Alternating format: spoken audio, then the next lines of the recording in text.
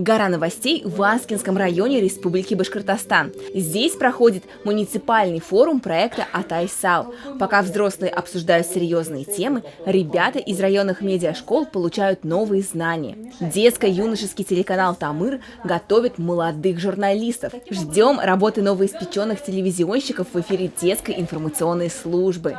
Сегодня я узнал очень много нового про как вести сюжет, из чего состоит стендап. Для меня Атайсал – это форум, на котором могут собираться дети разных возрастов и узнавать очень многое.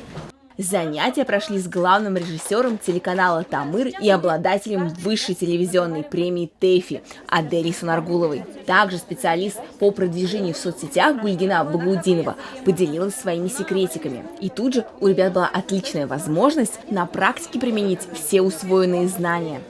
Форум действительно был очень полезный, я узнала много всего нового, как проводить интервью, как делать опрос и вообще новые термины. Наша медиашкола – это школьное телевидение, где мы рассказываем новости, почти каждый день мы снимаем и пытаемся везде все разузнать, достаточно очень интересно. В будущем я еще не определилась, но думаю как-то совмещать хобби и свои желания – и найти свой путь.